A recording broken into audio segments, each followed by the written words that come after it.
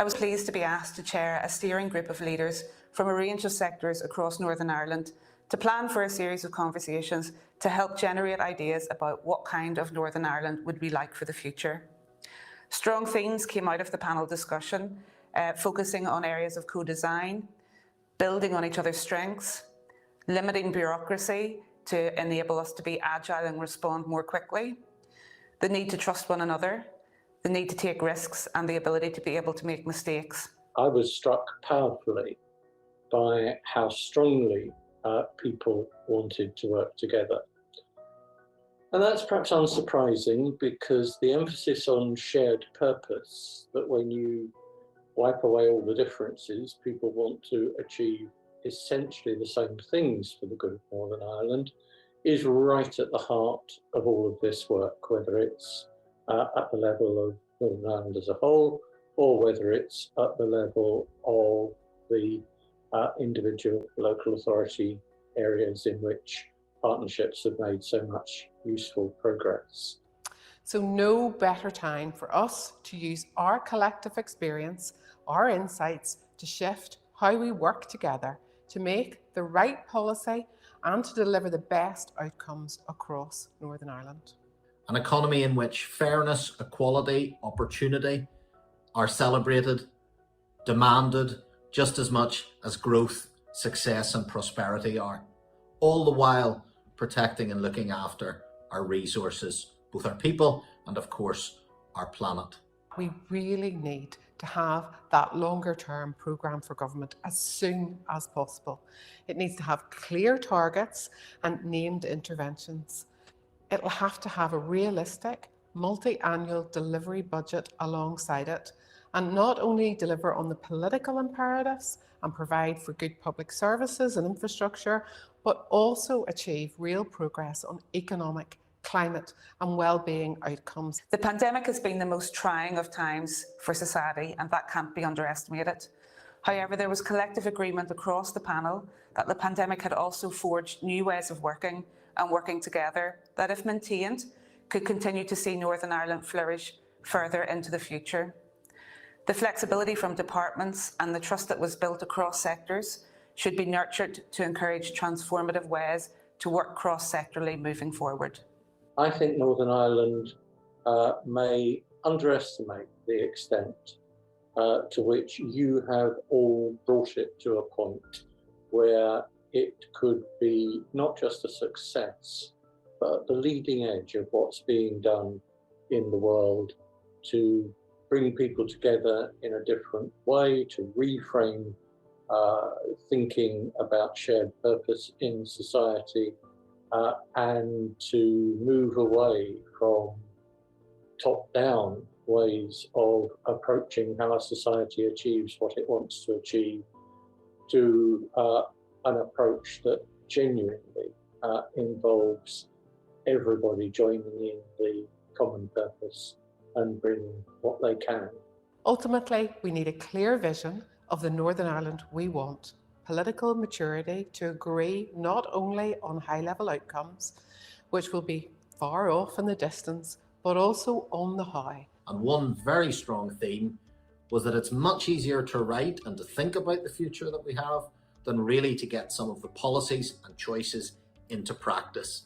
Getting from the page, from the conversation, into the delivery will remain perhaps our greatest challenge, but one that we can all play our part in. But what really struck me in all the conversations was the real desire from everyone who took part to make Northern Ireland a better place. We just now need some strong leadership to help make this happen. Thank you.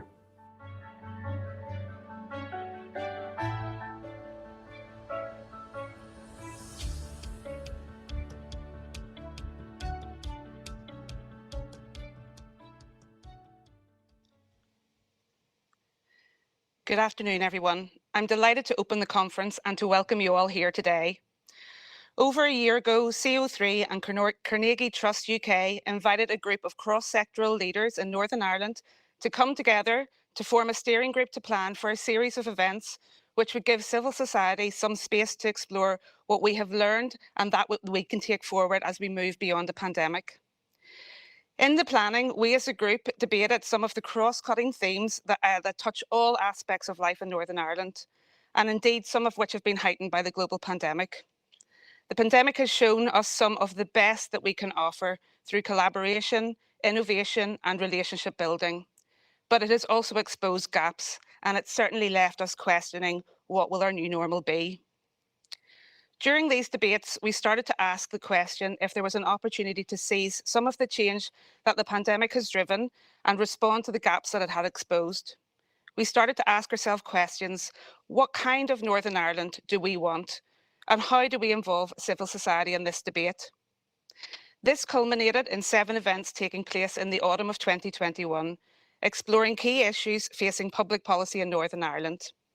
These included early years, disability inclusion in the workplace, collaboration, governance, net zero, the economy and mental health. Each of these events included voices from outside of Northern Ireland as well as local panellists, providing a space to explore what might be the possibilities for change. The 7 events were attended by 396 people with 42 speakers, and Carnegie Trust have published a report capturing the key themes of each of these events. And if you haven't had a chance to read that yet, I'd certainly encourage you to do so. We're delighted that so many of the participants of these events are here today, and we look forward to further debate throughout the afternoon. I want to welcome and thank our 2 keynote speakers today, Dr. Romina Barani and Dennis McMahon. We very much look forward to hearing what your contributions later. We're also delighted to be joined by panels of our political representatives, and we thank them for being here today and taking the time to give their initial reactions to the themes that are coming from the report. Later today, you will hear a video of voices from some young people who live in Northern Ireland, and we thank them for taking part in the conference today. I find it really refreshing to stop and listen to what is really important to our young people and what matters to them for the future of this place. I look forward to hearing responses from the panel conversation and around your virtual tables later. It's been my absolute pleasure to chair the steering group of leaders who planned these events. They were passionate not only about the sessions they chaired, but as a collective to finding a space to encourage debate, recognise the strengths we have here in Northern Ireland, but also think about transformative change and improvements for all who live here.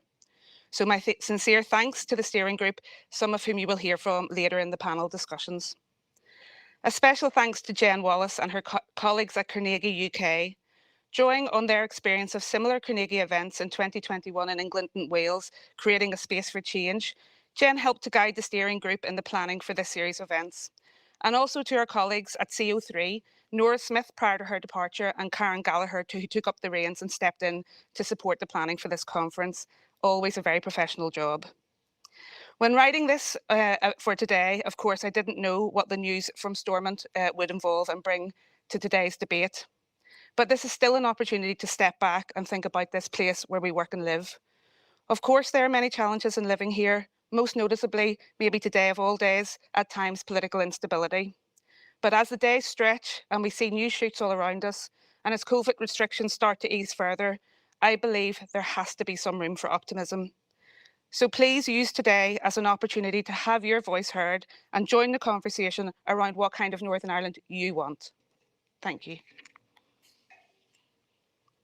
Kerry, thanks very much indeed. I'm Tara Mills. I'm delighted to be your MC for the afternoon. I can imagine that there are lots of eyes looking towards phones, trying to see what the latest political updates are. But pause for now. That's not until later this afternoon, and we'll be well through the conference by the time some of those political developments come. And as Kerry said there, you know, none of us expected that to be happening today. Nobody expected that to be part of the conversation. And in some ways, it's not really, because everything that we look at with regards to this project is about the long term. It's about way beyond the electoral cycle, no matter how long that ends up being, whether that's coming in a few weeks' time or in May, as we had anticipated. So I think in some ways, what we're talking about this afternoon and all of the hard work that has happened so far is actually more important than ever whenever there is political instability. And I suppose that's what we want to kind of explore this afternoon and to highlight the work that has gone on over the last number of months. So we've got a couple of panel discussions this afternoon and a couple of keynote speakers, as Kerry mentioned there. So let's let's not wait any further. Let's speak to Dr. Romina Barani. From the OECD, delighted to have her joining us virtually today from Paris, no less, much more glamorous than East Belfast, some might say. And she's from the OECD WISE organisation, which is very suitably the Wellbeing, Inclusion, Sustainability and Equal Opportunity, very much at the heart of what we're going to be talking about and what we have been talking about. So it gives me great pleasure to welcome you, Dr. Romina, and we're delighted to talk to you. We'll hear your keynote presentation and then we'll take some questions from the floor and have a little bit of a Q&A after that. But over to you. Thanks for joining us. Well, thank you so much, Tara. Hopefully you can hear me okay. I hear a little bit of echo. So it's a fantastic initiative. So let me start by commending you all, Carnegie CO3, for bringing us together on this very, very important initiative. And it's a real pleasure to join you from Paris. I'm joining from the OECD, which I'm sure you know. And in the focus of my presentation, I'm going to tell you about well-being and leadership. Well-being as a central concept. The OECD has worked on it for many, many years. I have a few slides to share with you, and perhaps somebody can put them on the screen. I can't see them, but I'm sure you can. Can you confirm you can see the slides, please?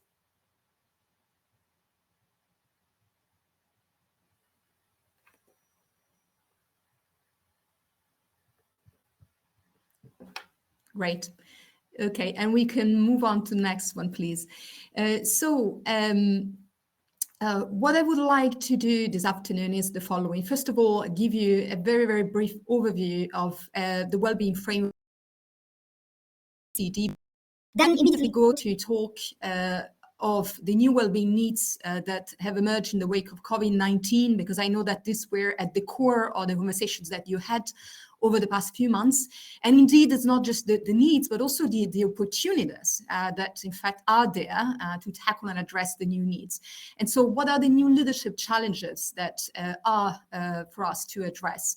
And finally, I'd like to talk quickly about what you can find in the international landscape being developed for many years now by the wellbeing community. I think you are part of a broader global wellbeing community. And so I think that some of the resources that have been developed, the assets and the data and the frameworks, these are always useful for considering and for your consideration as you want to go further implementing the interesting vision that you have developed. Next slide, please. So very quickly, let me just tell you more about our wellbeing framework. This is something we have developed more than 10 years ago, and I'm sure you will see elements of a good life, elements that resonate with your own understanding, with your own discussions of what a good life is. We're focusing on economic components of well-being, but also on social components, on relational components and personal components. And we are looking not only at aggregate outcomes of well-being, so we're not just looking at how the economy or the society are doing, but actually we're looking at how different groups in the populations fare with respect to these different dimensions of life. And importantly, we are connecting the current well-being with the resources that are needed to sustain and generate well-being for future generations as well. So this is really the dynamic framework that we put in place, and we mapped that with a lot of indicators, a lot of information. What I'm going to show you in a minute is information that we brought together during the last couple of years. And this is something that you will see it's only nationwide, so it's not going to be perhaps as granular as what you need in Northern Ireland. But of course, we do have additional data set that actually come with that very much placed base perspective that you need for your own sort of policy decisions. Next slide, please. So what are the needs? What is the situation of OECD populations? We know that the pandemic really has touched on every aspect of people's well-being. So all the dimensions and components of life that I just described have been, in fact, seriously affected by the COVID pandemic and the consequences of it. Next slide, please. Of course, I don't have to comment on the fact that the area where we've seen the largest drop of well-being are the ones that pertain to people's physical health, with, of course, a huge increase in the deaths across the OECD. And this is something you can see in this slide, but actually what is perhaps even more worrisome going forward and sort of thinking in terms of the future and the well-being needs of the future is actually the number of various health interventions and health services that have been disrupted and all the delays that have been accumulated. And so in fact, there is quite, well, we have evidence about the fact that a lot of the consequences of 2 years of disruptions and lockdowns will unfold over time. So it's not just the ones that have died. Of course, these are the first victims, and we should never forget that. But we also anticipate that there will be further consequences when it comes to the physical health of OECD populations. Next slide, please. I also should say that besides the physical health, we have seen a number of signs that tell us that mental health has suffered and loneliness has increased and also feelings of being left out of the society. So you have the staggering numbers on this chart. In fact, in 15 OECD countries, we observed that 1 in 4 people were at risk of depression or anxiety. And these numbers really went up as compared to the years preceding the pandemic. Also, 1 in 5 people reported feeling lonely, and 1 in 3 actually reported that they were feeling left out of the society. And of course, there are differences across countries. There are countries where the lockdowns have been longer, that have been more complicated for people actually to face and to experience. And there was also a lot of different responsiveness, I would say, at the levels of communities, at the level of the civil society. So, you know, this is not just to say that these effects are the same, there are differences, but nevertheless, this is the sort of the main picture that in fact, something we have seen in many societies now. Next slide, please. The other, I think, interesting feature of the last couple of years is that to actually intervene and try to compensate and mitigate the many economic and social risks that the pandemic brought about. Of course, governments stepped in. In fact, we see that the response of governments, certainly in terms of social protections, in terms of unemployment benefits, many programs, that response really is unprecedented. However, economic security still remains high. And so, again, if you ask the people whether they feel secure enough with respect to their living standards, with respect to their savings, with respect to all sort of the different dimensions of economic security and job security, unfortunately, we still see a large share of the populations that report very low levels of economic security. Next slide, please. So, another important characteristics, I would say, of the last few months, and is one that you, in fact, you look at because, of course, during your works, you also considered how really life has changed and the ways of working have changed. As we said, this all, in a way, created a revolution for people. And to some extent, that revolution was positive and started actually, really opening new opportunities, new avenues for people to try to adapt themselves. And so typically things such as teleworking, hybrid work, these are all elements that were highly appreciated. So it's interesting, we ask people, in the very first months of COVID, how they were feeling about that, greater flexibility they had. And actually everybody, or a lot of people, said that that flexibility was highly important to them, which I think it is a lesson we should, think about. But at the same time, especially for some categories of workers and of people, there were also, especially after a few months of the pandemic, a number of those people actually reported being extremely tired after work and being actually incapable of doing the household chores.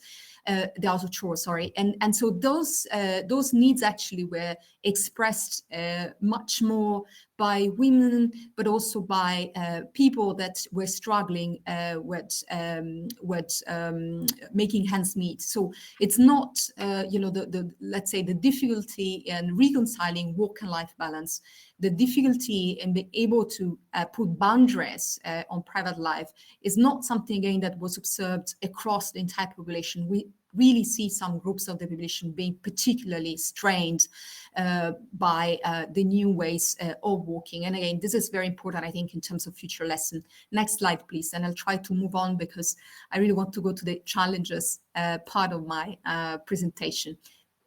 Another very important fact, and again, I'm sure one that you had discussed inland during your working groups, is the fact that the inequalities when the pandemic hit were already very high in all OECD countries, and historically, in fact, had already reached record high levels. And in fact, the pandemic has further exposed and exacerbated some inequalities and some vulnerabilities. Next slide, please. For instance, we know that the youth in particular, but also women and some groups in the population, particularly those coming from racial and ethnic minorities, actually have been hit the most. And if you look at the disparities in well-being outcomes during the pandemic, these are really, really very large. And the also interesting, but of course quite worrisome fact is that it's not something that we have seen only with respect to economic well-being outcomes. Past recessions, if you compare with past recessions, you would see that of course the most disadvantaged communities are the ones that often bear sort of the burden of a crisis from an economic point of view. But this time around, that actually also extended to things such as health, because the mortality rates induced by COVID were much larger for the racial and ethnic minorities in OECD countries where we do have available data, but also experiences of depressions, experiences of worsened mental health, and the feelings of being excluded and disconnected from the society. Next slide, please.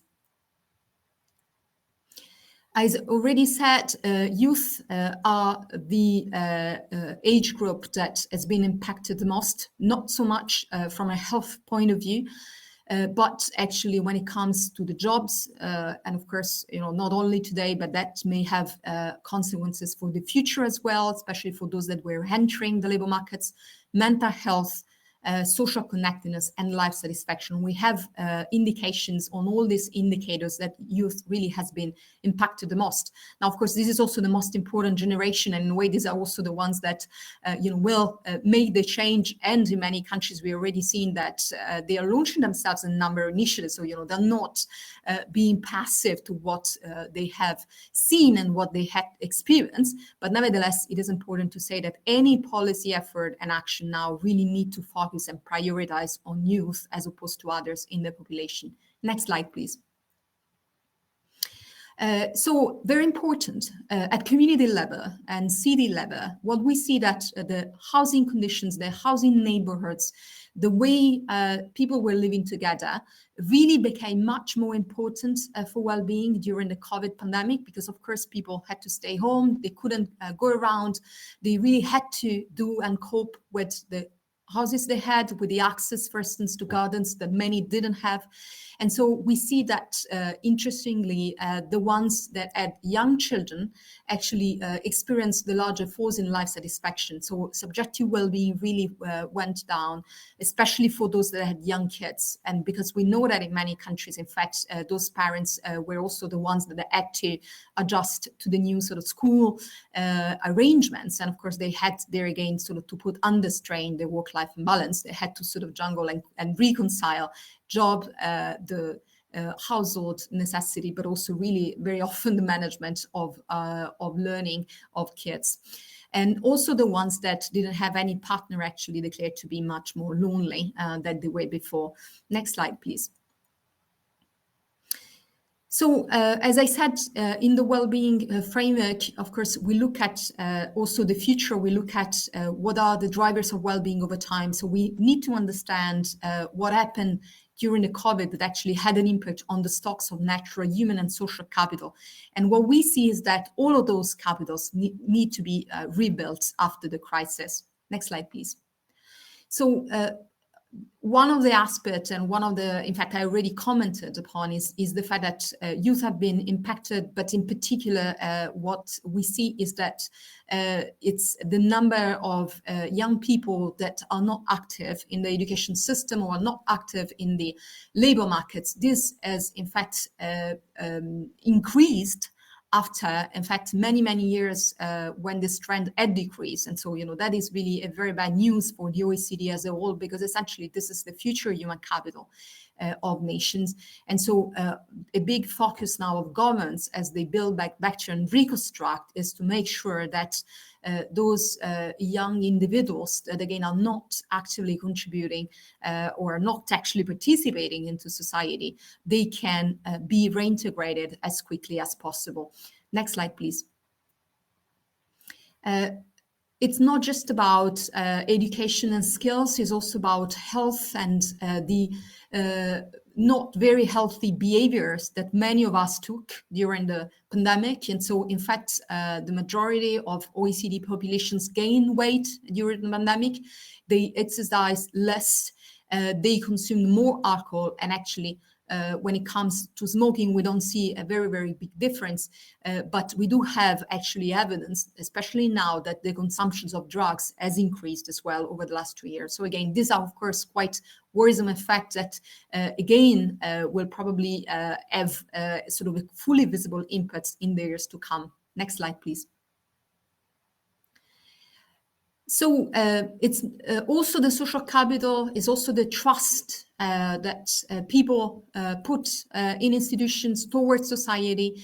And it is interesting because when the pandemic started, we heard a lot of very nice stories around communities coming together, friends and relatives coming together and really trying to help each other. And so I think it was interesting to see that. So the initial kind of period after the first lockdowns was one where communities were really sort of trying to be together and sort of to really push this solidarity, which is also something that emerged in the consultations that you held in recent months.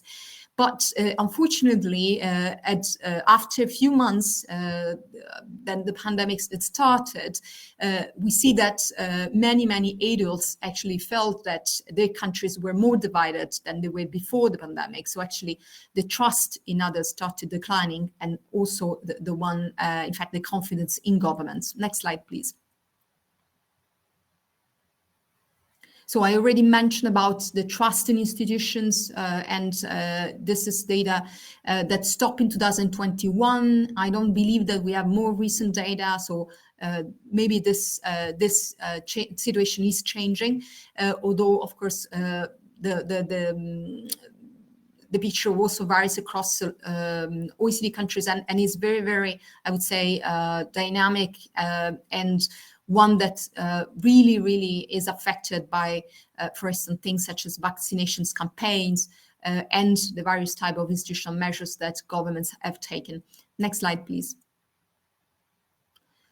I just want to finally say a word about the role of women during the COVID-19 pandemic. In fact, of course, I mentioned already that women in many cases have been the ones that have been the most disadvantaged, in the sense that they've lost a lot of jobs because they were working in the sectors that the most exposed to lockdowns, the most exposed to the economic disruptions. They were also the ones in many countries that had to do more unpaid work home. They had to be more in charge of children. But the perhaps more disturbing fact that I wanted to share with you this afternoon is the fact that even when it comes, to the role that they were given to manage the COVID-19 crisis, we see that unfortunately represented. And so that contrasts, I should say, with the fact that before pandemic, we saw a very positive, encouraging trend towards greater gender or equal gender representation in political institutions, in governments, in parliaments. And actually, if you look at the number of women that actually was invited to join COVID-19 forces, you will see that we are very far from, again, an equal, a perfect equality.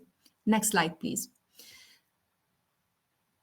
So how do we actually how do we move from there? How do we move from the recognitions that there are new needs that of well-being in the societies, in the communities, and at the same time, a number of challenges for leaders, to pick up and address. And I think the answer, in a way, if I can just boil down to a sentence, what is the new leadership challenges? I think the new challenge is really about putting in place a response that is holistic and is coordinated together with other important stakeholders. And so this holistic nature, but also this integrated approach is really what is needed to maximize the value for citizens and the well-being for all. Next slide, please. So here you have some analysis that we did again for OECD countries. And so, of course, all the countries and the regions and the cities within OECD countries have clearly different starting points and needs when it comes to well-being. But in the analysis we did, actually, we also saw that many of them share some common policy priorities. And so typically things such as physical and mental health need to be restored. Things such as economic security needs to be improved. There is still quite a lot of lack of opportunities, and again that regards gender, or opportunities for women. But it's not just a gender issue; it is also about opportunities for for instance, for the ones that come from different backgrounds, from those that comes from underrepresented minorities. When it comes to future well-being, there again, there are a number of common concerns. Of course, or what's happening at a global level when it comes to preservation of the natural environment, fight against climate change. These are only a few examples. But the other big trend we're seeing is, again, this increasing disconnect between citizens and their institutions. So again, going back to the issue of social capital and the point of the importance of actually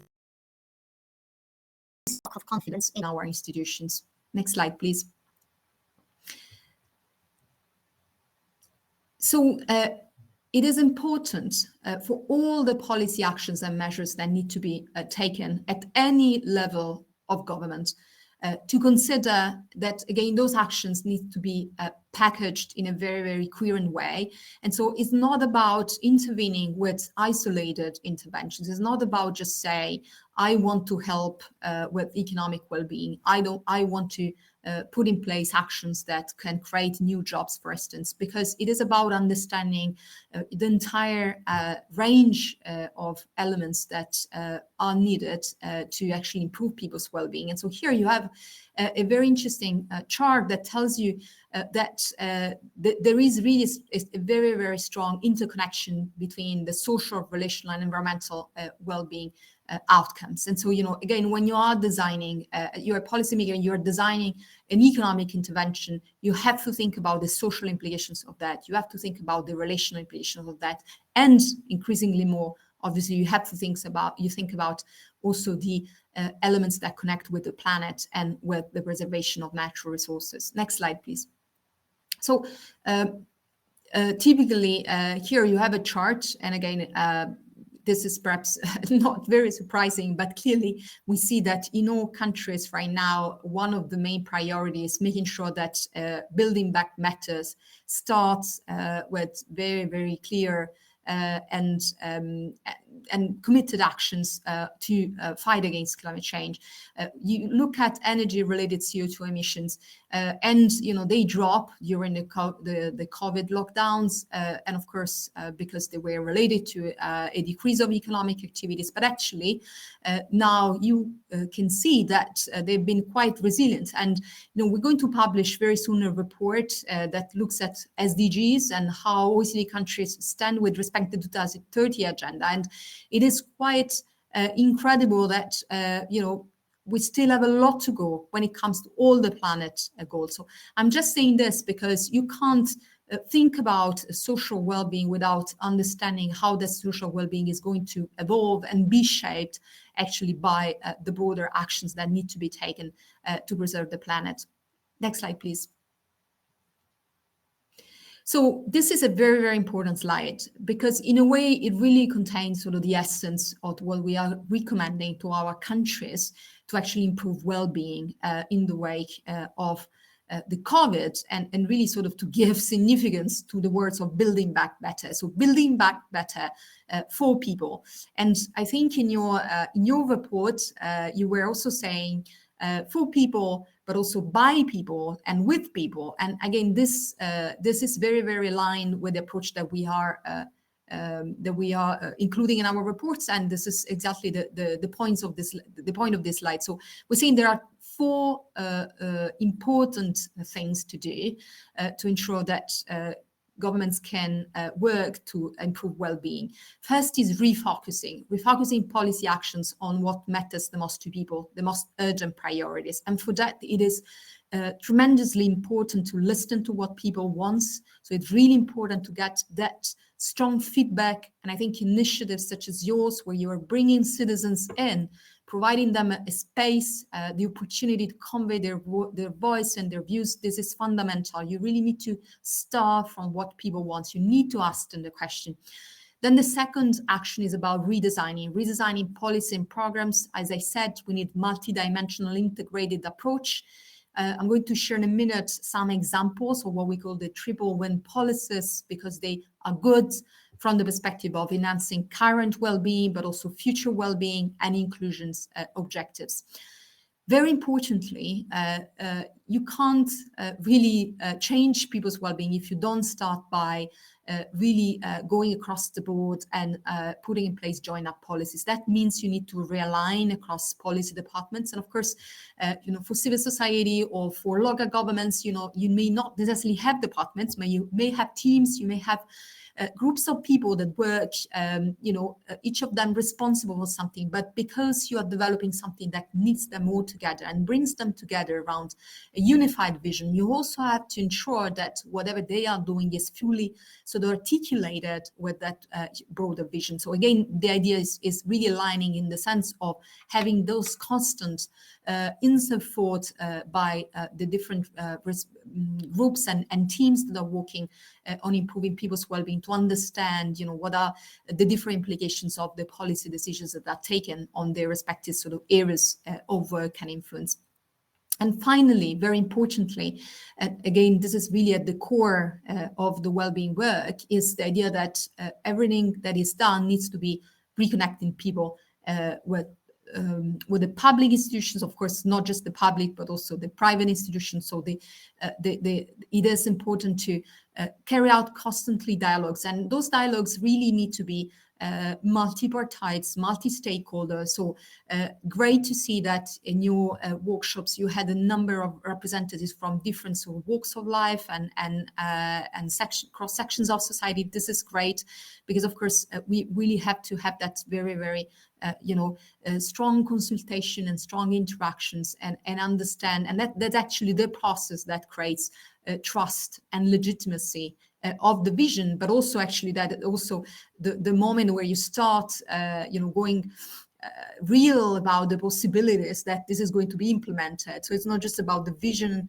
but also of the mechanics of the transformation, the mechanics of the change. And so again, there you really need to have people being fully on the same page. Next slide, please. So quickly, and just as an illustration of the type of policies that we think are really good from the perspective of ticking all sort of the boxes when it comes to current future well-being and inclusion. First of all, high quality jobs that are sustainable and they're inclusive. I think this is certainly the number one priority in all OECD countries. We really obviously need to have good jobs. It's not just the sheer quantity of jobs, it's also the type of jobs, and those jobs need to be created in the sectors that are sustainable, and they need to be created in a very inclusive manner.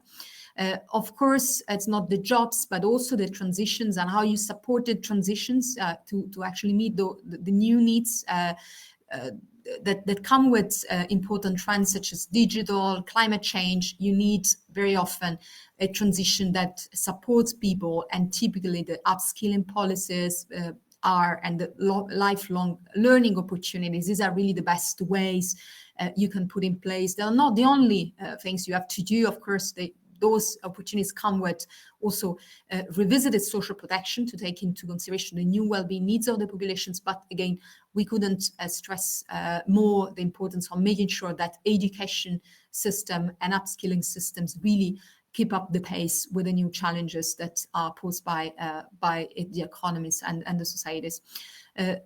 Importantly as well, mental and physical health promotion and well-being. As I said, the COVID clearly bad.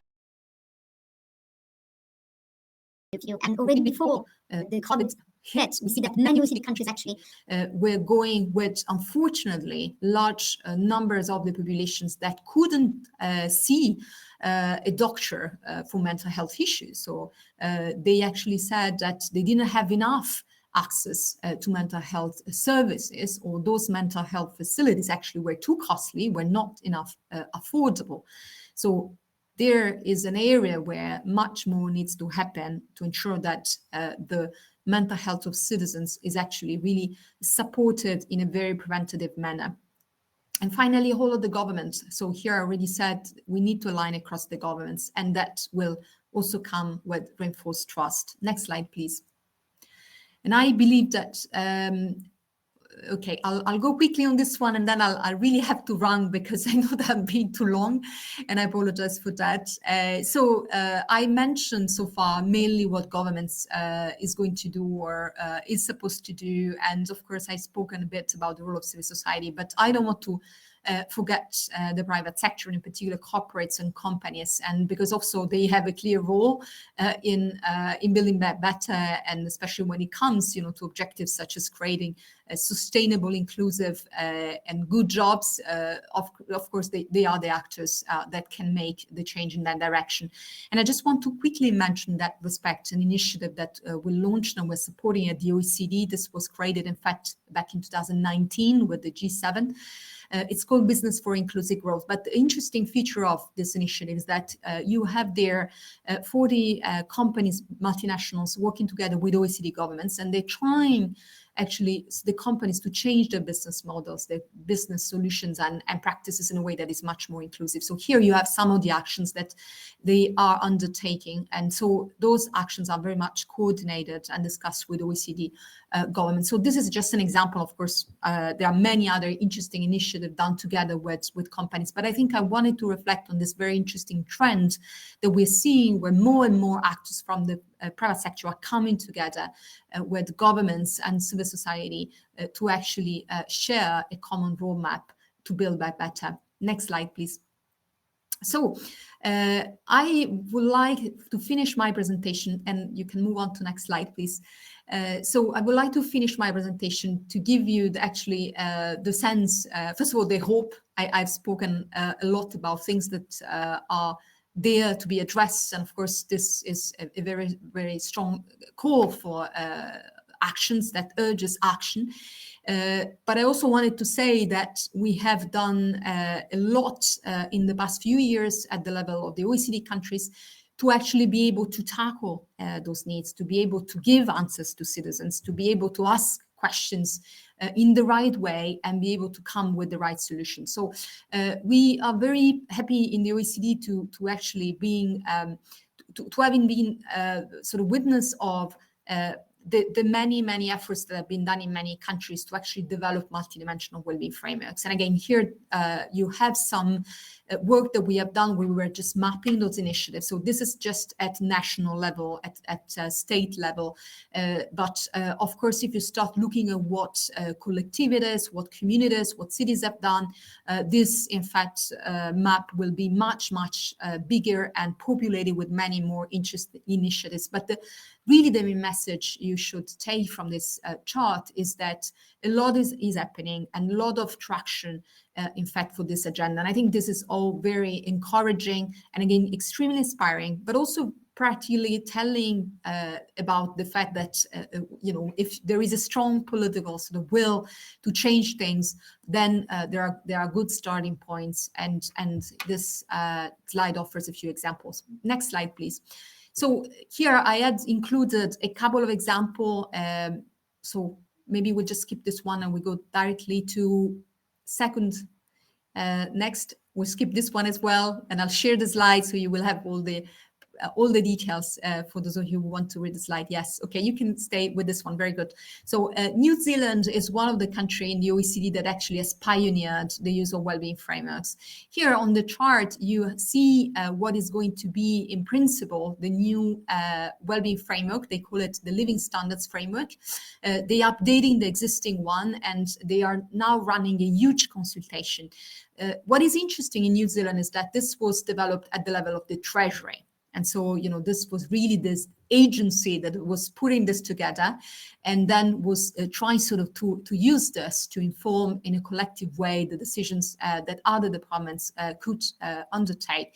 The interesting feature of an update that is coming up in the next few months after the consultations they're having with many citizens and communities is that they are actually enriching their approach to consider the specific well-being needs and realities of some of the indigenous communities that they have in New Zealand. And again, this is quite, well, certainly very novel, very unique with respect to other OECD countries. But I think both the outcomes of that consultations and the quality and the process underpinning that consultation certainly will provide a source of inspiration for many communities. And I'm sure that this could, for instance, also be interesting for Northern Ireland to consider. Next slide, please. So quickly, I just want to say, what are the benefits of moving away from the standard way of taking decisions in governments when you go actually and embrace the well-being perspective? So in the past, that unfortunately I should say still it is the case in a few countries that the policymakers take decisions based on parallel assessments. And of course, in a way, the lion's share is, the economic policy, and therefore, the lens through which you analyze, assess your policies is growth, and that's the job that is done, by the economics department. And then in parallel, to that, of course, you have the other policy interventions, and that looks not at growth necessarily, looks at social and other objectives. And so well-being is a notion, in fact, that is very much familiar by other policy departments. And in a way, this is really sort of the old model for running policies, the decisions in many OECD countries, and maybe is already out of date. So I think, perhaps, you don't really see this any longer, because even when you are actually looking at economic policy today, you try to sort of to embrace or to incorporate other well-being dimensions.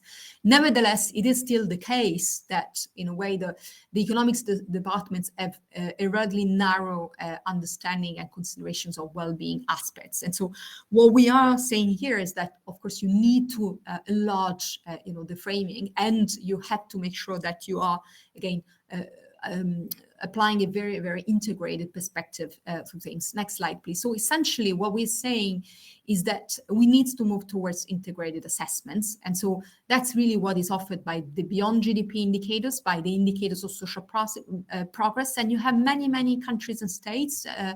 Scotland is very famous, and I believe you have something similar in Northern Ireland, where you're trying to look at multidimensional performance frameworks. So you are trying to sort of include there a number of objectives and goals with sometimes very, very specific tangible targets. And that obviously provides sort of the GPS for the country to operate. Next slide, please. So, and I believe this is my last slide. So in practice, again, there are a number of interesting applications of well-being. This is really the agenda we are now fostering at the OECD, in particular WISE. That's really where we want to go even more in the future, making sure that, of course, all the important data work, analytical work that has been developed, all the monitoring frameworks on well-being that have been developed by OECD countries now finally get into the reality of policy making. And there are a number of interesting examples there. So I really invite you all to actually learn from those examples because they can really, I think, open interesting questions, and you can obviously contribute to the development of those applications as well. So if you just look at the OECD countries, many, in fact, are using well-being metrics to inspire the budget process, actually to really inform it in a very, very comprehensive manner. So a few countries have adopted budget laws in the past few years, and Italy, for instance, at the moment, is doing quite of an experiment.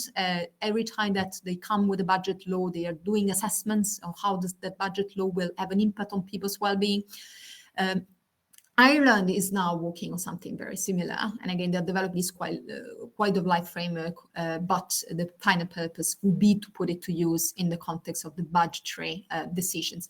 Then, of course, you have a number of countries that are using well-being to do planning, but also actually to create new institutional structures. And the UK, you have this brilliant center that is called What Works Centers for Wellbeing. So this is really giving a very, very granular sense of the interesting policies, the interesting programs. We're talking very sometimes small scale programs, nevertheless extremely impactful, that can make the difference in people's life and the well-being of communities. So this is interesting because, of course, social innovations are also good from the perspective of involving directly citizens, and so they really help in terms of connecting citizens with the broader sort of institutional setup of a country.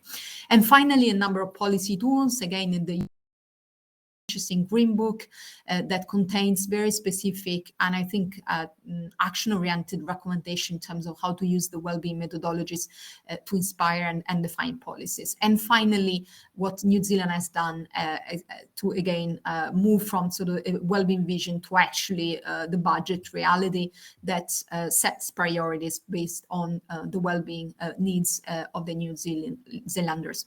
And I believe, if I'm not wrong, that this is my last slide, but maybe we can go to the next slide. So we will, yes, that's it. So here you have more information. Of course, this is the report I presented with some information at the beginning of the presentation, but you will have much more and some very country-specific learnings as well. And thanks a lot for your attention, and apologies, it was a little bit long. Thank you.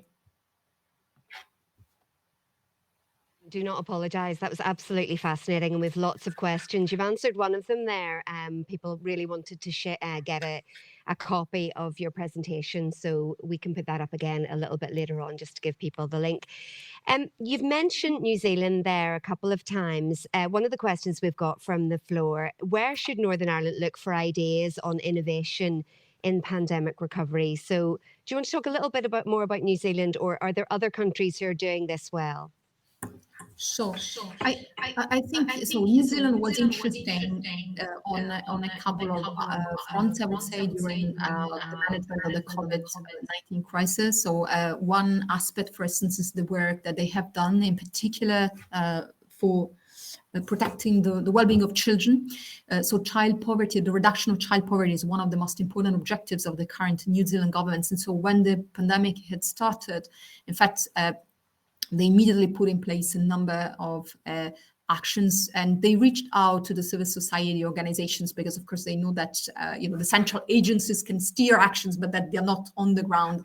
So very interesting innovation that they put in place is that they tried sort of to coordinate the interventions on the ground being made by civil society organizations and actors, and so they obviously also not only coordinated, but they empowered those civil society organizations in actually going further with the work and stay very much connected to the needs of local communities, but with a focus on children and with the focus of the very disadvantaged youth in particular.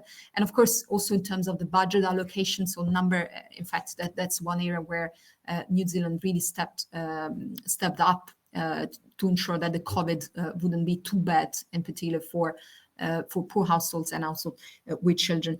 Another program perhaps I can share detail on is, and so this is not in New Zealand, but in another couple of OECD countries, Finland and Canada, both of them actually did very interesting strategies to combat the decrease of mental health. So I think we're extremely early on in recognizing, that mental health was becoming an issue. And so they decided to launch very ambitious programs. So again, in terms of the the amount of resources devoted to mental health, you can clearly see that there was a focus and a priority of both governments.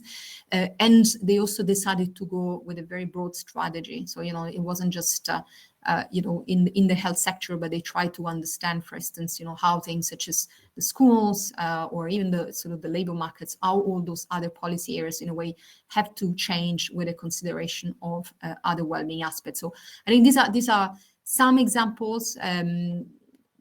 I would say that in our report there are other ideas, other initiatives. So it's quite a lot, I think, of details that you should be aware of. But we have seen a lot happening, and I think the early interventions obviously are always very good, and so the entire assessment of their effectiveness obviously will also depend very much on what's going to happen next in terms of how long those interventions will stay on and whether they will be sustained. I think that will be interesting to see what happens, perhaps when other challenges start being also very, very prevalent for countries. So, but a lot of indeed social innovations. Just a final question, because I'm aware of your time. From a well-being perspective, how would you recommend that government balance the restoration of the health service with, looking after mental health, looking after general well-being? Because, across the UK, you'll know that the health service was already in dire straits before COVID. Northern Ireland, I think, unfortunately comes at the bottom of that list, or the top of the list, depending on which way you look at it, but we're kind of worst off. So how do you balance all these kind of great ideas that we feel really strongly about with the bread and butter, so that people get cancer surgery and treatment, so that they get heart treatment, all those kind of emergency and all the other chronic diseases that people need treatment for? Well, it's a great question. And of course, there is always trade-off. And so it very much depends, I think, on the specificity perhaps of specific regions. I think clearly the bread and the butter, this is a huge crisis. So, we have to think of that first to some extent. And I would say it's not just, kind of now saving lives, but also thinking about building resistant and resilient health systems, because and so that resilience element maybe with respect to primary and basic health services, but the mental health still remains important, and so I think it needs to be balanced, because it can't just be, the standard health interventions. Mental health, maybe one way, let's say, to mitigate that trade-off or find other opportunities is, again, it's not just the health sector that is responsible for mental health. And so you can think, and that's a little bit the focus of some work that we're starting right now, looking at well-being from a more broader well-being perspective, because there are a number of other things that are good from a for mental health. It's not just the very specific interventions they're going to make to treat patients that have mental health issues. So typically, I mean, all what relates to social connections, to vibrancy of communities, and so really having the obviously social and economic conclusions. Those are all factors actually that have huge benefits from a mental health view. So maybe again, I mean, if there is a let's say if the trade-off is really at budget level, at resources level, I would think that maybe you go with bread and butter first, so physical health, but you also do economic interventions. But again, as you design and implement economic interventions, you think of those in a much broader way to include people, to really reconnect with people, because again, it's not just finding jobs for them, it's really having that more rounded approach to understand, the people they want to be and, the society they want to be living in. And so again, you start from the basics, but you do in a different way. Dr. Barini, thank you so much. We really appreciate your time this afternoon. That was really fascinating. Thank you. Thank you. Let's move on now. We have a panel has miraculously appeared on the set while Dr. Barini was speaking to us. Delighted to have a panel of people who were closely involved in the last number of months' work, but also can talk about how we want to rethink Northern Ireland and how we shape some of those resources, and you know, you're all coming from very different perspectives, but you're kind of feeding into the same ultimate aim, which is, you know, how do we make this place a better place for people to live? So I'm delighted to have with me Maeve Monaghan from the Now Group, obviously working to help people with learning difficulties and autism get into work. Such crucial work, and really interested to hear a little bit more about that idea of neurodiversity and how that can help companies rather than be seen as a token exercise or you know, as a hindrance. Neil Gibson, my favourite economist. As you said earlier with the low bar, I would disagree with that absolutely. Chief economist for Ernst Young in Ireland. And Neil, I think the thing that you know, that helps us all with, you know, anything to do with the economy is just trying to make it understandable for most people. I mean, we all know the cost of living is rising. We all know inflation. We know all the kind of basics, but I think that's where you come in to be able to kind of explain that in layman's terms. And, you know, that's where, you know, you have such a benefit from my point of view. Jennifer from Elemental, I mean, crucial mental health. We have lots to discuss this afternoon. You know, Dr. Barini has touched on that. Want to hear a bit more about what your organisation does and how you have fed into this is so important. And, you know, we've talked about it probably for about 20 years now. It's kind of, you know, built into the narrative. Still lots of issues, but I think we're in a slightly better place in terms of talking about it, but it's just making that cut through then to services and resources. And we heard from Dr. Barini there, the difficulty that a lot of people had during the pandemic. So we'll talk more about that. And last but not least, former head of the civil service. I mean, it couldn't be better to have you here this afternoon, Sir David Sterling. Fantastic to have you, and lots of questions because you're kind of really at the heart of government. You were at the heart of government for such a long time. And I think lots of those things, well, I wasn't going to mention that. Even your CV stretches back longer than I expected when I listened to your talkback interview earlier. But that's by the by. But I think what's really interesting about what you can bring this afternoon is we all have these great ideas, and there's so many fantastic ideas in this, but how do we then change the minds of government? You know, look at what New Zealand is doing. Finland and Canada, they always end up on the list of, you know, whether it's education, well-being, mental health. How do we get Northern Ireland onto that list? How do we become, you know, because we're such a small place, so how do we do that? How do we kind of cut through those budgetary constraints? How do we shift some of those you know, mindsets, I suppose, over where money should go. So we'll talk about that as well. But I think if we start, Maeve, if you want to start off with this, just how do you see us rethinking Northern Ireland, and what was your kind of main outcome from this project? Well, I think in the workshop that I chaired focused it primarily on disability in the workforce.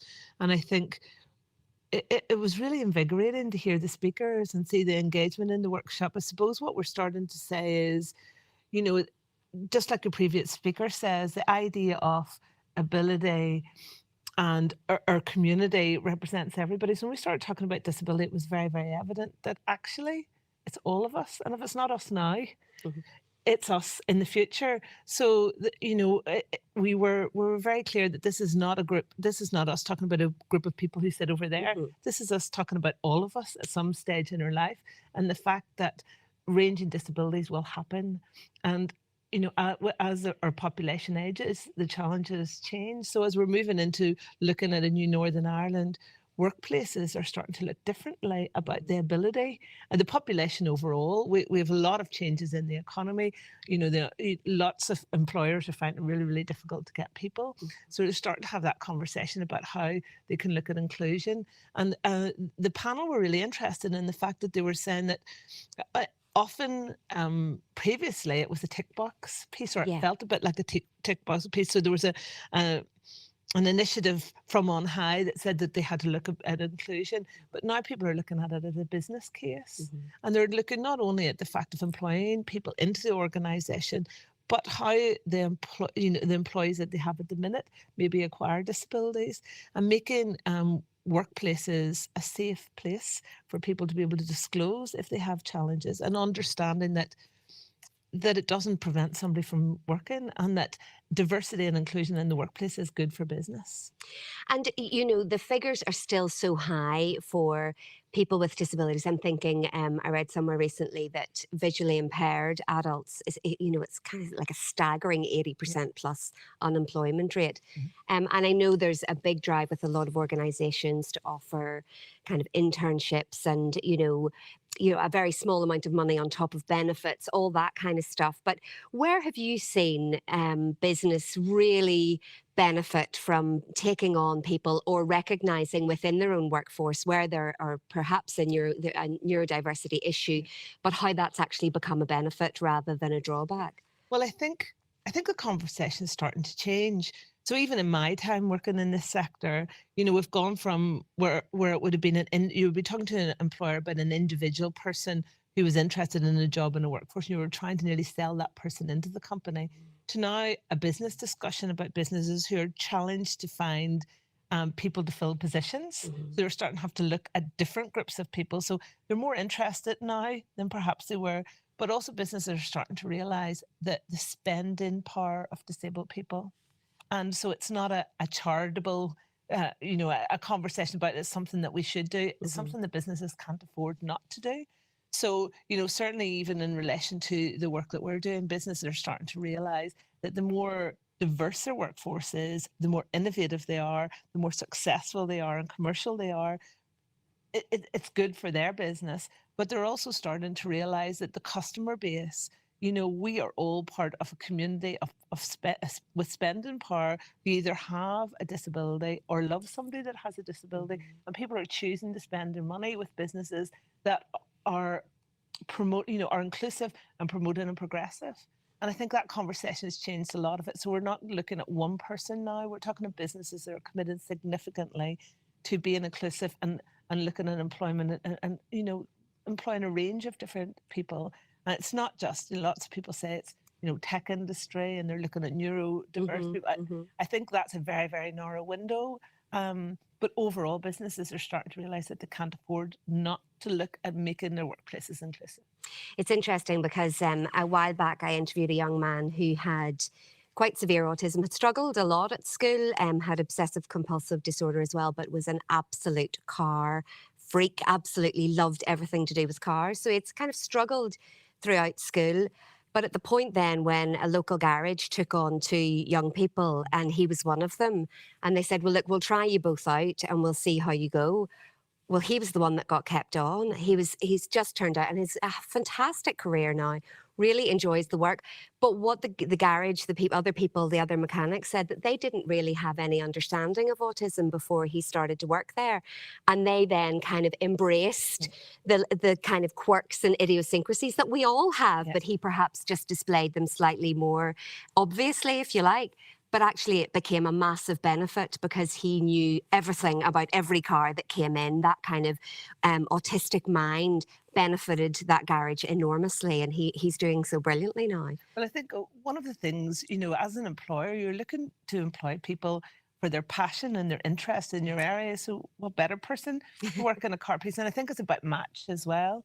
One of the things that I am interested in, there are so many jobs out there at so many different levels, and people just need to find the right bit and match. And it's the support that's within the workplace, not only for the individual who has a disability, but for the employer as well. Because my sense is businesses and employers are really, really keen to do something. They're just not quite sure what to do, and they're slightly terrified about getting it wrong. Yeah. So I think the support needs to be in both places around that. But, if we're looking at the future of Northern Ireland, a more diverse, a more inclusive workforce overall, we need to start leading the way in something. And wouldn't that be a good one? Absolutely. To look at, and we need to be brave around this. Yeah, and it's that sense of well-being, isn't it? Neil, it's funny because I remember Ernst Young had a fantastic young man in Dublin. I don't know if you know him or not, who's got Down syndrome, and they, tweeted out this fantastic film of how he had fitted in, and I think he'd gone in on placement originally, and then they were like, we're clinging on to him. He's absolutely brilliant. So, that inclusivity is important from an economic point of view as well, isn't it? 100%. And, we see in society now, may have rightly pointed out, the customers ultimately who businesses are serving are asking different questions. Yes. They're asking essentially well-being questions of the employer.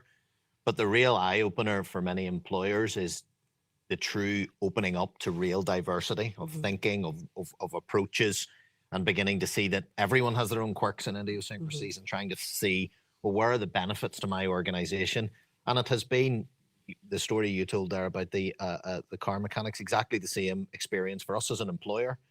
Is it's as much about what we've learned and about how we can behave differently and better. May have said it right. So many employers, EY included, very much passionate about doing that, but wanting to make the right steps. But once you start hearing those stories and seeing the transformation it can make, the business metrics are evidently clear, whether that's bringing in diversity of thinking, gender, age, race, health conditions. All of that brings, because the world's a diverse place. So if you're solving problems, which ultimately businesses are, they're meeting some form of demand, then having a much more diverse and eclectic workforce only brings dividends. And I think that's something that we're beginning to recognize more. And it comes to something, and I know Jennifer will speak to it, it's been able to be more open and discuss these things. It's okay to know as a business that you're not sure what to do, or to recognize that you might have made mistakes or that you didn't quite get it right. And we've got more organizations now to have conversations with and make sure that you make those steps effectively. It'll work for your business, but it's also no longer acceptable to say, I just don't know what to do, so I won't do anything. And I think there is genuine progress, and I agree with Maeve, like it's changed a lot in the time that I've worked, and I think it's a real message there for those young people coming to the workforce who may feel that whatever conditions or concerns they have, the bottom line is the economy's coming out of this pandemic at a macro sense better than we might have feared. There are jobs for people with talents, and I struggle to think of anyone in our society that doesn't have some forms of talent.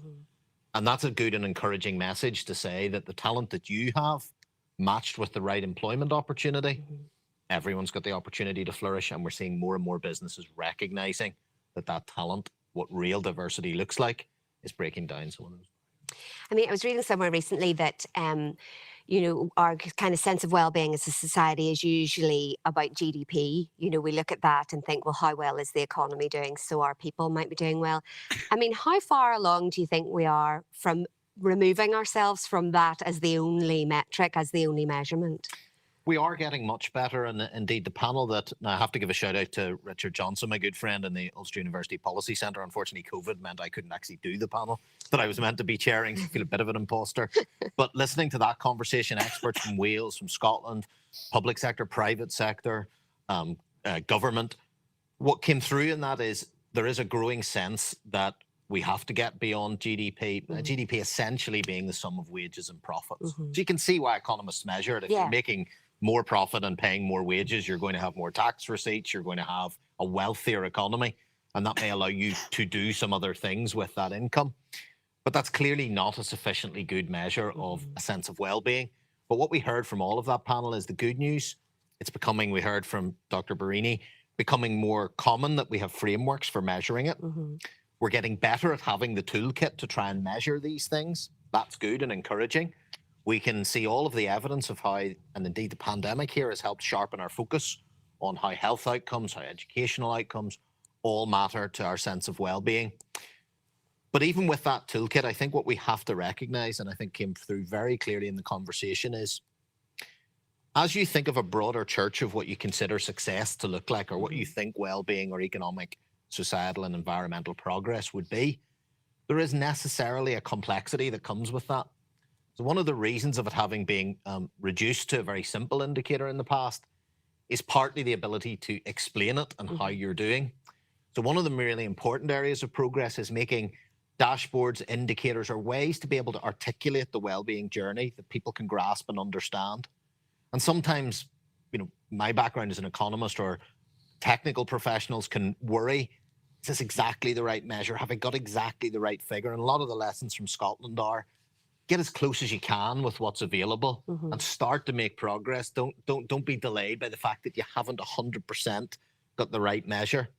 Now, for me, what I took away, reflecting on the conversation and thinking on what other experiences and knowledge I've built up over the years, we have to help to get to the point where it becomes easier to set policies towards a well-being framework. And what I mean by that is, if you're asking people to take collective or shared responsibilities across departments, if you're starting to ask people to care about I want you to worry about an environmental issue, even though the target I set you was grow the economy faster. If you're going to have that collective responsibility, we need to simplify the language a little bit and the materials and the complexity of how you measure and report and perform on it. And I think the way I would explain that for the audience today is, if you try to think of your own personal well-being, you could imagine how you might want to eat healthier.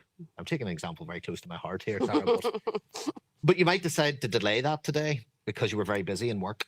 Something else got in the way. And when you say to something, well, what I want you to do today, Neil, is balance your mental health, your physical health, improve your educational standards, do the job that I asked you to do, make sure you look after your family, don't feel lonely at the end of the day. When you put together the whole mix of what it means to have a well-being sense, it is complex. And I think we can reflect a little bit there that we shouldn't throw out easy comments of just work collaboratively, work together. When you say to someone, all I can do is manage to get the economy growing or to improve the health service, and you want me now to worry about improving CO2 emissions, or we have to recognize that the complexity of the ask means we might have to strip away some of the complex layers and say, look, we've a shared responsibility around a program for government that we all have some responsibility towards, but recognizing that we might have to scale back our ambition a little bit in terms of how we maybe monitor, track, report, because we live in an environment in which once we start having indicators, we have lots of documents, lots of paperwork, and you can see how overwhelming it could be for an individual, never mind an official or a department, to say, I know the health service is a very difficult department, but could you also be concerned about the economy? And that means when we think about collective well-being, it's buying into the concept, to the framework, cognizant of how we're improving and progressing, making sure we think about our own actions and how they play into it, but still also knowing that some of the things that are precious and important, growing a wealthy and successful economy, improving mental health, getting an effective health service, we all share a responsibility, but there will be certain areas of focus that continue. And that was my real takeaway, was trying to get, as I always do, a sense of understanding of, well, if it's as simple as collaborating more and coming around these collective goals, why doesn't it happen? Yeah. And one of it is that question of complexity. Yeah, that's really interesting. I'll come to you on that, David, because I think that's the key to all of this, isn't it? It's trying to kind of break down perhaps some of the barriers that exist just because of human nature more than anything else. Jennifer Neff, obviously from Elemental, the mental health aspect of all of this, what did you take away? What was your kind of sense after the presentations, after the seminars? I think one of the key things was the connection between mental health and society. So that came through really, really strongly, that it's not just a health issue, that's a societal issue, that debt and sexual abuse and housing and all those things that contribute to someone's life has an effect on their mental health. So it shouldn't just be sitting with health. There has to be a collective responsibility around this, and then working through that and how that happens. The other takeaway was the importance of the community and voluntary sector. They've stepped up so often and so well locally here in Northern Ireland, but also in other places as well, many times being the vital connection between someone and their quality of life. So it was making sure that that was front and centre and that they had the resources that they needed to continue to provide the services that they provide. Also, that you are able to look at the data that's coming from the community and voluntary sector as well to see, what are the key areas and key issues affecting this particular neighbourhood? Are there enough services within this neighbourhood to serve this particular community? And if not, what are we going to do about making sure that we can build on what's working really, really well? So that was really important. But yeah, I think that they were the main two things. But I think as well, just making sure that we will actually continue to go around in circles if we keep seeing mental health as just a health sector issue. Yeah, it's interesting. There was so much to kind of unpick there, but that idea of communicating with people and asking people. So there's a well-being. It's not just, oh, we will provide this service for you. Is there a conversation to be had the other way?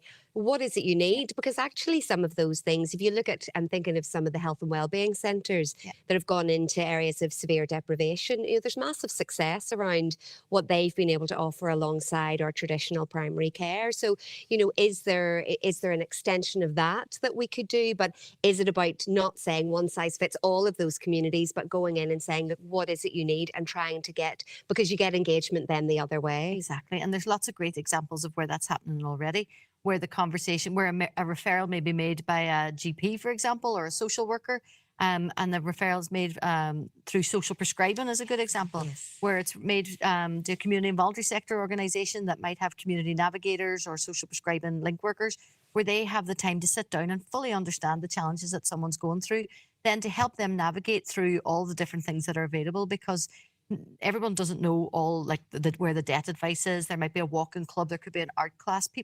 Some people need support to understand what's available, but they actually need support to actually engage in that service as well, because some people would think, well, that's not for people like me.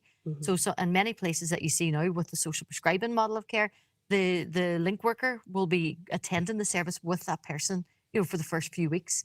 So it's about, not assuming that everyone can just go on to a search engine and look up a particular service and then rock up to it and get the support that they need. I think a lot of people need to realise that that's not the case for everyone.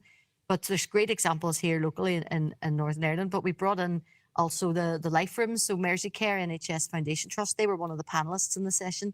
And they've developed a fantastic model where they're, again, in the heart of the community, putting a centre that you can just walk into. They've restored old libraries and community centres and made a nice, safe space for people just to come in and talk to people who are trained and who have the skills to be able to help people with their mental health related issues, empower them to try things that they haven't tried before, and then to show them the difference that it's actually making. In many cases, you'll find that escalation pathways are really important, because some people will have more complex mental health needs.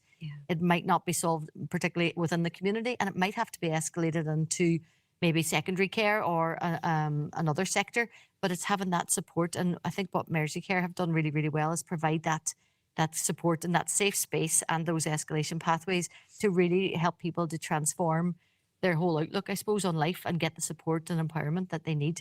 Yeah, we'll come back to you, because there's lots of there's the other side of that coin as well, isn't it, with something like Men's Shed, that has been such a simple idea, but for a lot of people, what may seem like a kind of insurmountable loneliness can actually be quite easily and carefully fixed in a way that then prevents the need for further intervention, because maybe it's just that social connectedness. Yeah, and then if you were chatting then to the Men's Shed, they would say, yeah, we're able to show the difference it makes to people's life, but we need more money because the referrals are coming in. So it's about having a sustainable funding model that all the different sectors contribute to, because they're seeing the positive outcome. Because if you're healthier and happier, you won't have housing related issues. You won't have finance related issues, employability. It affects so many different aspects. Absolutely, it's just a kind of net that spreads.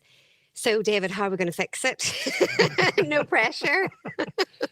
Yeah, like the other speakers, I was hugely enthused by just the energy of the discussions I was involved in, and I participated in 4, and I think I sat in on another one as well. And it's quite clear that people want to work together to make this a better place. I think it's quite clear as well that over the last nearly 2 years, when we've been managing the pandemic, I think it has caused a lot of people to sit back and think, what is really important to me, to my family, to my organization? And I think there's evidence now that people are reappraising. And I think there, again, is evidence that people aren't necessarily saying it's the money that goes with the job that's the most important thing for me. Quality of life issues are now coming more to the fore. And I think actually that change of context provides an opportunity for us to really try and focus in on actually the question you ask is, how do we make this better? And I think we do need a framework. And, I've been convinced for a long time that the outcomes-based approach to creating a program for government is the right way forward.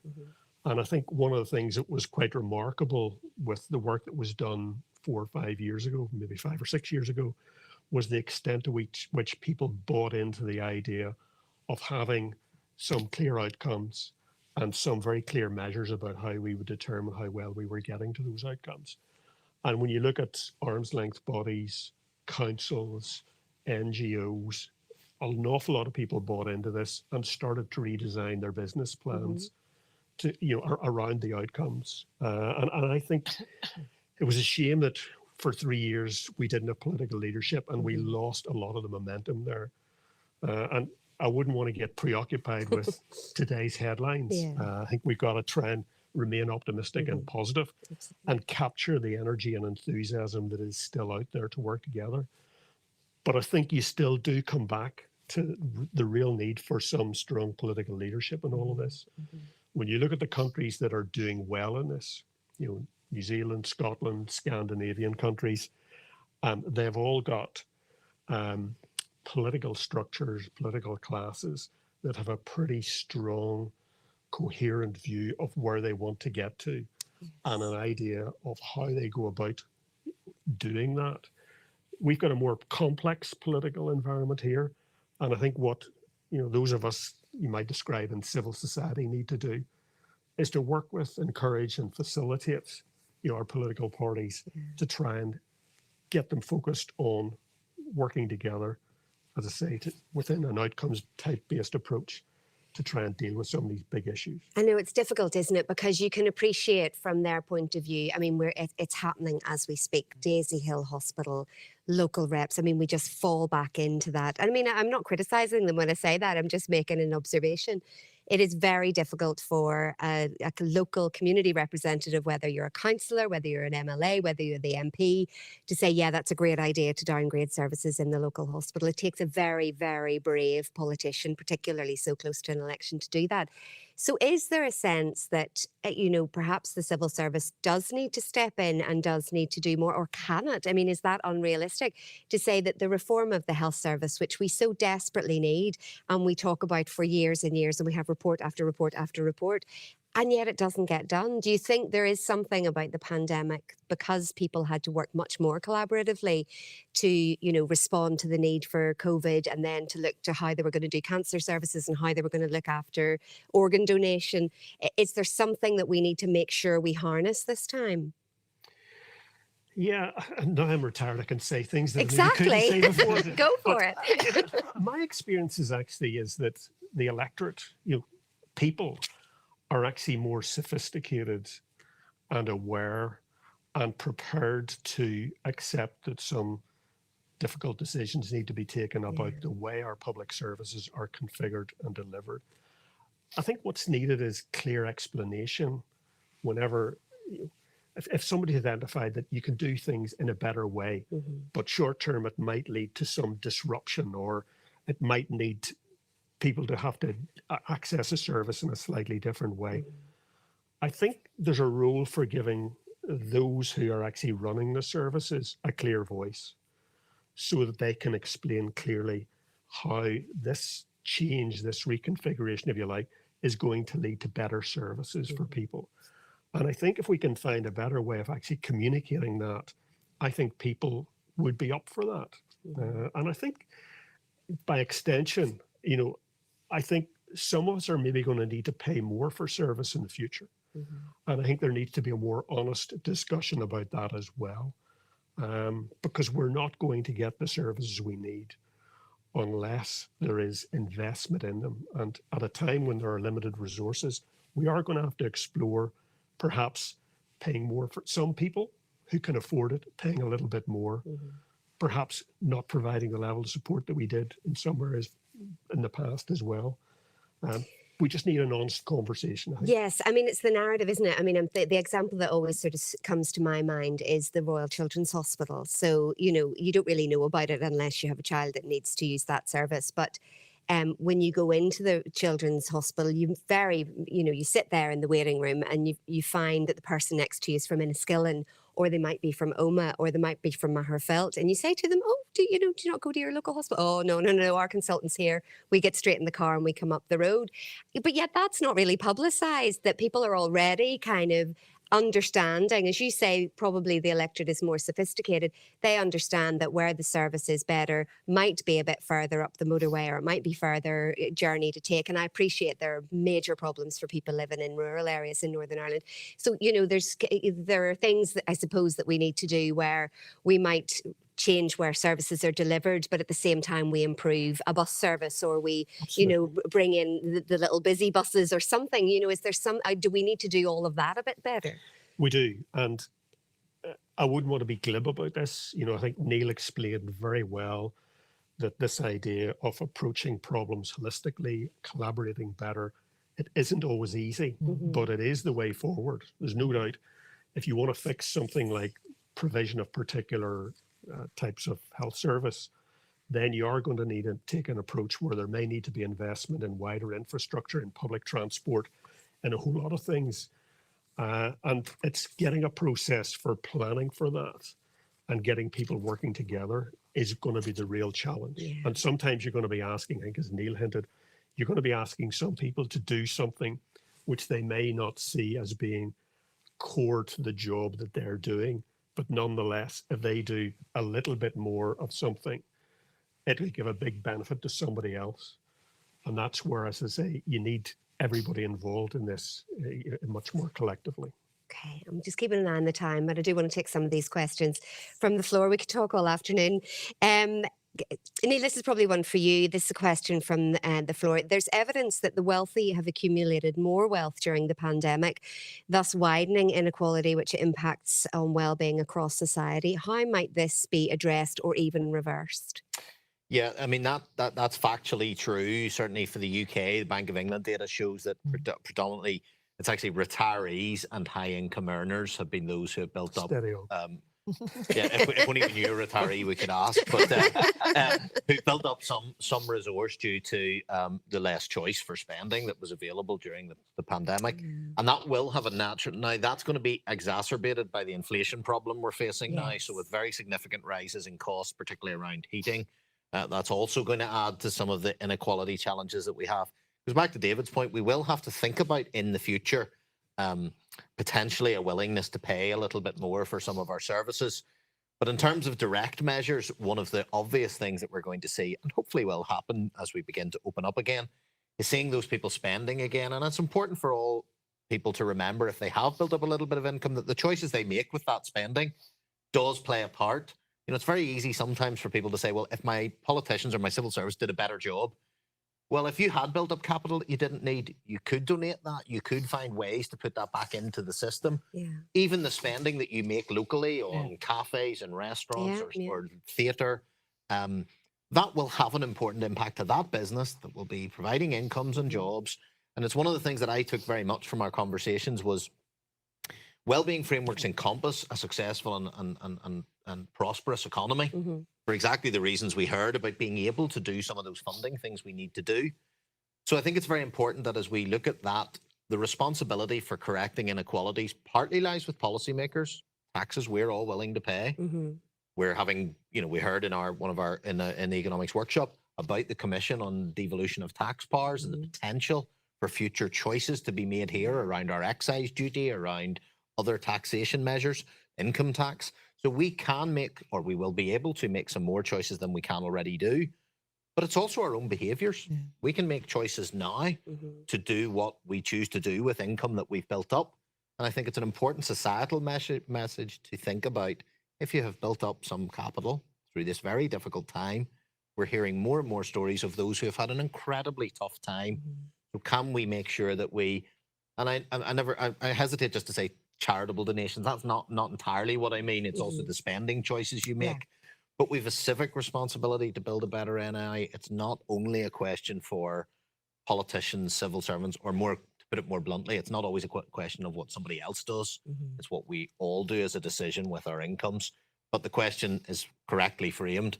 The build-up of income is very unevenly distributed. Yeah, it's a difficult one, and I suppose it's things with your organisation. People can choose to go to the Loaf Cafe or to any of the organisations, that you're helping with, and just decide to spend differently. I absolutely, and I would encourage them all to go to Loaf Cafe. Terrific sausage roll. Yeah, Neil is a poster boy for our sausage roll. Big fan.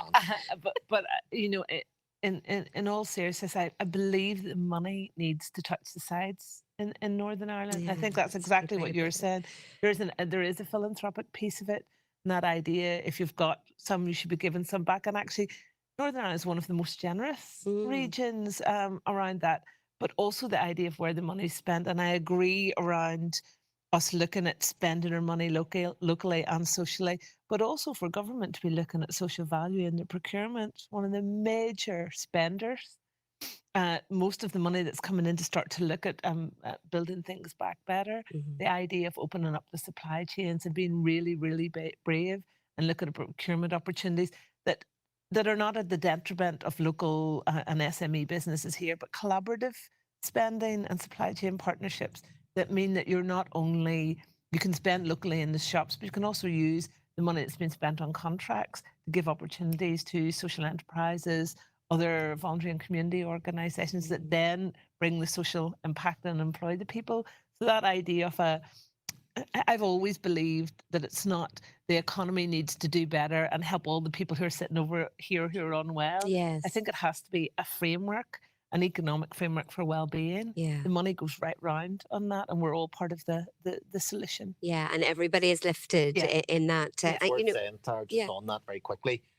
What we heard in the workshops, which is encouraging, is some progress in that direction with, for example, public sector procurement beginning to add social clauses and stuff. This is great progress, and Northern Ireland is doing that. Companies now being asked to provide what we call ESG reporting or environmental social governance reporting. That's a demand from customers and stakeholders to say, I expect you to have particular standards before I would buy from you. I want you to report on this. So it is encouraging that we're starting to see this being taken seriously and behaviours changing amongst organisations, amongst, we're starting to see civic champions, we're starting to see people. And the great news that I can report, certainly from the clients I work with, is the point May have made earlier. For almost all that are, in fact, all that are going down that journey of new reporting, it's a journey of discovery and enrichment for them. It's not a compliance one. It's one that when it's done, they think, and that's where one of the great benefits the public sector can bring as a leader of research, as a leader of influencing behaviours, that the simple addition of certain clauses into contracts has a behavioural change that once started, the firms realise all I needed was the nudge towards this. This has opened up a whole new set of opportunities, and not one of them that I speak to, and I speak to all of the biggest organisations across the island, don't come to me and say this ESG is a pain. It's always a story of what this has unlocked. And that's really encouraging to me. And as other panelists have said, that was what was enriching in the conversations, was actually well-being doesn't sit uncomfortably, that it almost always brings a sense of that's working for me, both commercially and for my own sense of well-being. So I think it's important to acknowledge that steps on procurement, on corporate responsibility, we heard from Angela McGowan, head of CBI, talking about firms being up for and ready for their bigger contribution as an employer and as a shaper of society as well as economy. So it was encouraging that, I don't want it to come across in some of my comments that the complexity of it means that people are going, no, we're just finding simpler ways to unlock. Yeah. I suppose it's, a very simple example of that is the difference in how you feel when you give a present compared to whenever you receive one. We teach our children that what we can do for everybody else's well-being is probably more beneficial to us than what we can get back, once you're in that position to actually do something. Just to be on the just clarify that. Jennifer, another question from the floor. How can we get the government to make a commitment? I mean, David, I'll get you to answer this as well, to improve well-being. How do you think, from your point of view, working for an organisation like yours, how do you feel that you get buy-in from government, whether that's local councils, whether it's Stormont?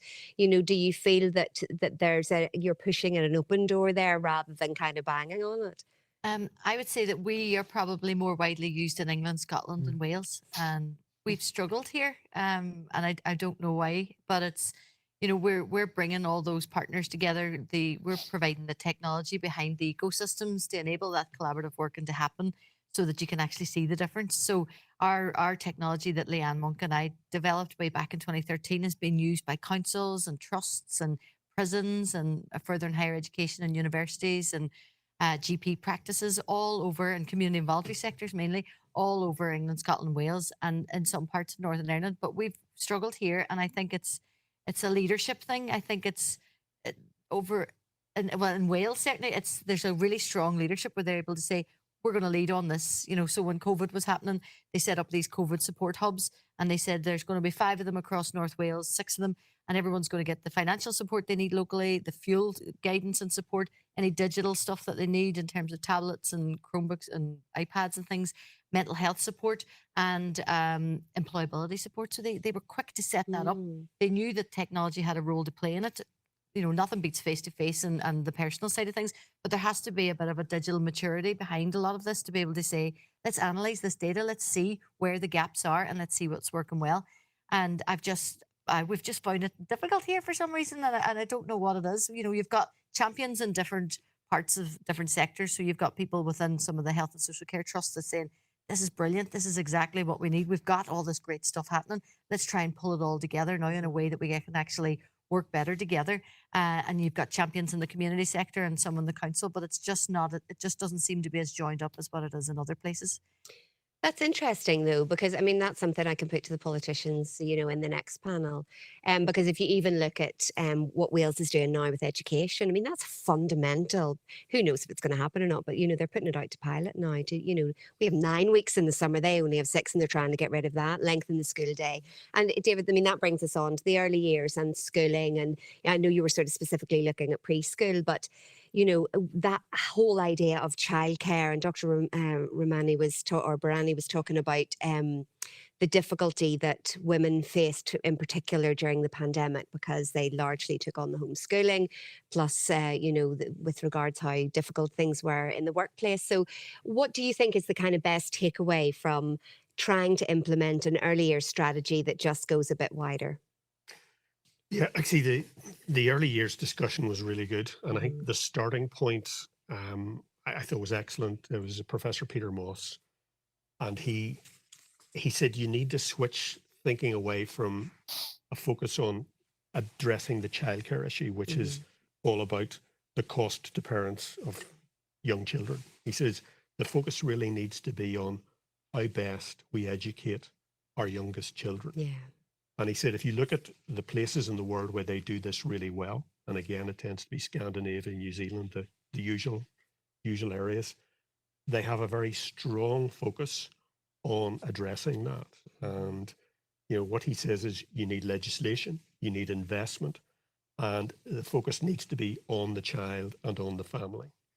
And he said, flowing from that then, you need to have a really strong focus on improving the career opportunities within this. Like we have some of our lowest paid people doing childcare. But if you actually raise your expectations of what it is you want for your youngest children, then you get a win-win all round. You get a better start for our children. You get a better workforce with better career opportunities. And you also end up with a solution that will help families as well, because they will not have to spend as much. Now, this comes at a cost, and it would require huge investment from government. But I think the argument that came across strongly that day was, if you get those early years right, so many other problems that we would have to deal with that, you know, me and Jennifer would be very familiar with, might be addressed at a much earlier stage.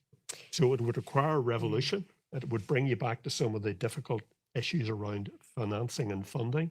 But the reality is we can see in other parts of the world, they can make this work, and it leads to a better society.